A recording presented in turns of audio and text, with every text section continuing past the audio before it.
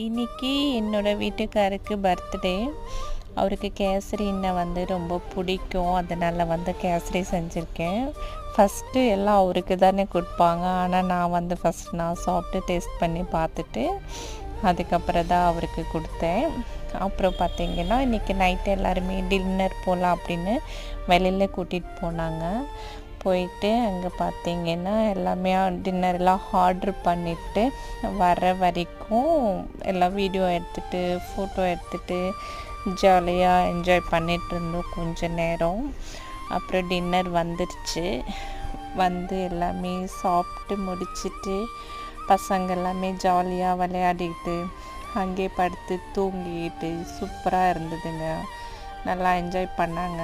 அந்த சிங்கிள் கேப்பில் நானும் ஃபுல்லாக வெளியில் எல்லாம் வீடியோ எடுத்து எல்லாம் போட்டுட்டு ஜாலியாக இருந்தேன். டாட்டா பாய், அவ்வளோதான்.